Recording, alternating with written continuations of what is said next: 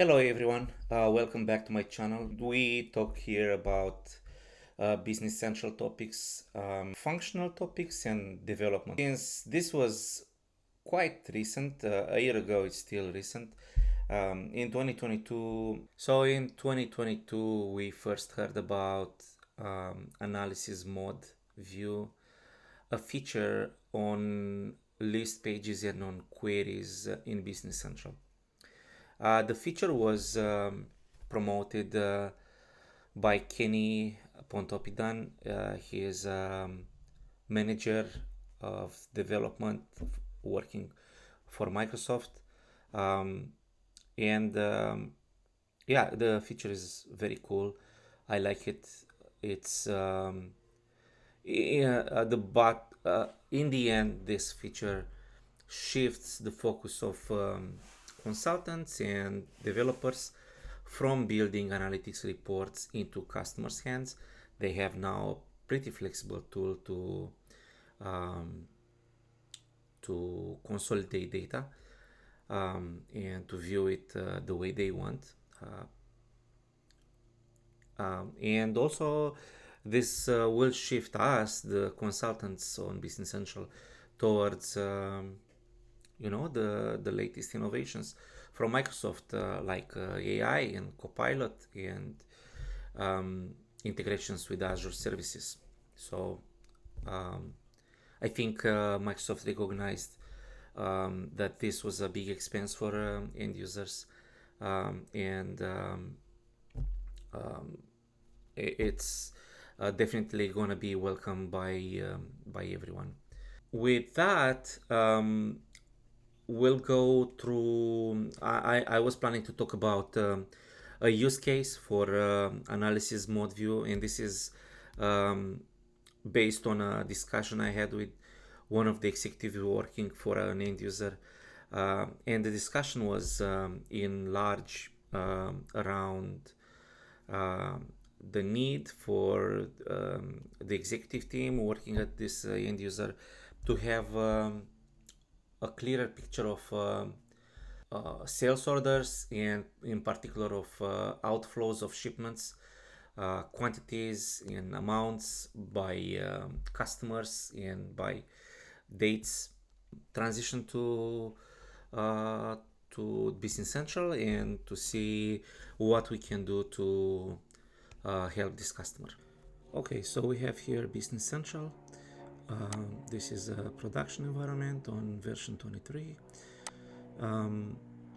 So if we were to define the requirement is sales shipments to customers, by customer, by period, by item, and we want to see the quantities shipped and we want to see the amount shipped. So the first question is that we were going to ask ourselves is when we hear this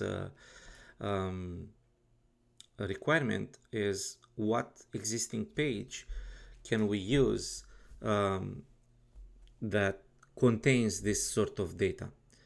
And so sales shipments, quantities, amounts, customer number, item number. I think the a very good candidate is item ledger entries. So let's open up item ledger entries, and it should come up if I don't forget to put a space. Yes, it's here. And if we look, we've got posting date, we've got I added the two fields, the source type and source number. If you don't see those, you can go here, personalize, and then click on plus, and you can add the source type and source number here. All right, so we've got the not the customer, but we have the source type and the source number. And if we were to say let's filter this page to start focusing on what we have to do. And we can bring the filter here, and the let's see the document type. What type of document types we have here? We have sales shipment on the first position. That's exactly what we want. We want to see the sales shipments. And I already see I saved a list here. So if I click on it, and let's get rid of the filters, we can see the source type, customer number, entry type, document type. This is exactly what we need. We saw how much we shipped, and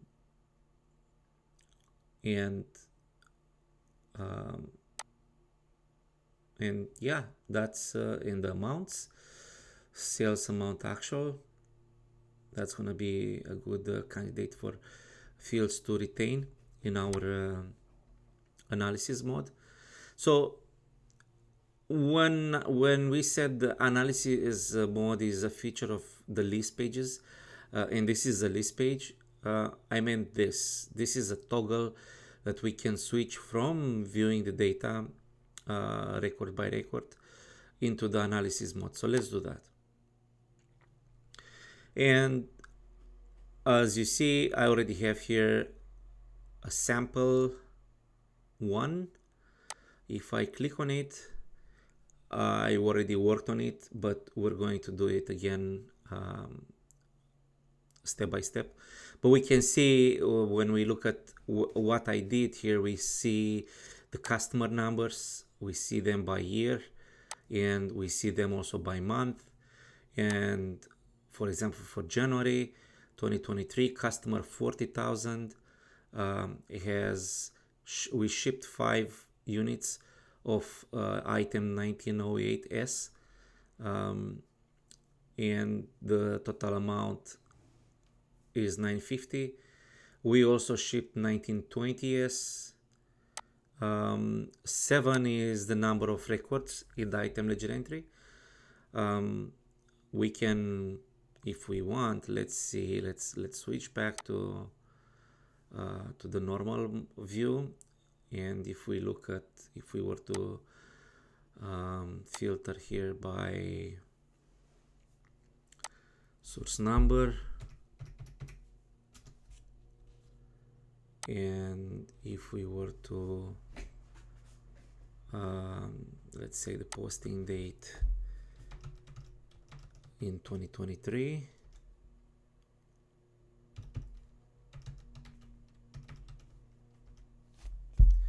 we see we have 7 records, 1 2 3 4 5 6 7, hence the 7 beside the date in here.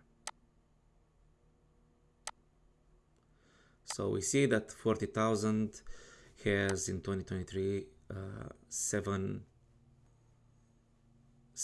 records for 2023 and 7 in January.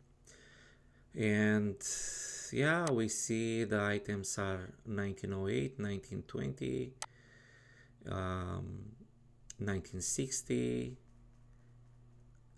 65, 68. So yeah, this is where we want to arrive at once we're done with designing this analytics page. So switching to analysis 2, we notice here a few things. Let's move me somewhere, maybe here. We've got here the headers. The headers are all the fields that the system automatically picked for us. We don't need department, we don't need customer group. We do want the posting date by year and maybe by month. We don't really need the source type. Source number is important because this is the customer number. We don't really care about the document type or document number. Actually, document number, maybe it's important. Item description, we don't care. Location, maybe we do, maybe we don't. But for now, let's not retain it. Let's remove the costs fields, and we don't need the order type or the entry number. This seems to be okay. In terms of sums, I don't need the invoice quantity, remaining quantity, cost, or cost amount. Okay, so that's the data. Now, how do we want to group it by? And in terms of how we group on rows, let's use the source number, which is the customer number. We want to group them by customer number, and that's here. So what we're going to do, we're going to drop the row group here, and we already see it transformed. We see it by customer number, but then we have the dates and the year and the month. So let's group it also by horizontally by the year and by the month. And how does that look like now? We have it, let's say for January, we see what sales happened. We don't see the analytics for one specific item. We see the item on each record, on each row, horizontal row, but we don't see where is this 1965 sold. And to do that, we basically need to pivot by the item number. To pivot, we would need to turn on the pivot mode. And once we do that, we see the column label here appearing. So before that, let's see it again. We have row groups. Obviously, we have all the fields. We have row groups, how we grouped by on the rows. We have what we're going to sum by, but to also pivot by items, we would need to turn on the pivot mode, and the pivot mode will enable us to drop the item number in here. And once we do it, we can see the item number at the top here, and for each item we see the two sums, the quantities and the amount, which this seems to be cool. We saw that now we can see that for item 1896S, we have a total of 180 items shipped, and we can see them by year and by month. So this is what we had in sample one. We have now the data pivoted by item, and for each item we can see per year and per month what happened. So that would be one way to pivot by the item number. But we can also pivot, for example, to have the periods, year and months as the pivot. So how do we do that? We are in pivot mode. We're gonna take, let's take the pivot year and drop it in here. And if we expand, for example, 2022, we see all the items and their shipment situation for 2022, and we can see what happened with 1896S in 2022. We have nothing for 40,000 customer 40,000, but we've seen customer 30,000. We shipped 62 items, 1896 to 30,000, and we also see the customer 10,000. We shipped 75. We can see the totals here and in the header. Very nice. And so on. I think this is it is a concludent example of how we can use the analysis mode. I hope this helps. Um, Thank you for watching. Thank you for subscribing. If you didn't subscribe and you want to see more like this, you know what to do. Click somewhere in here. Thank you for watching. See you soon.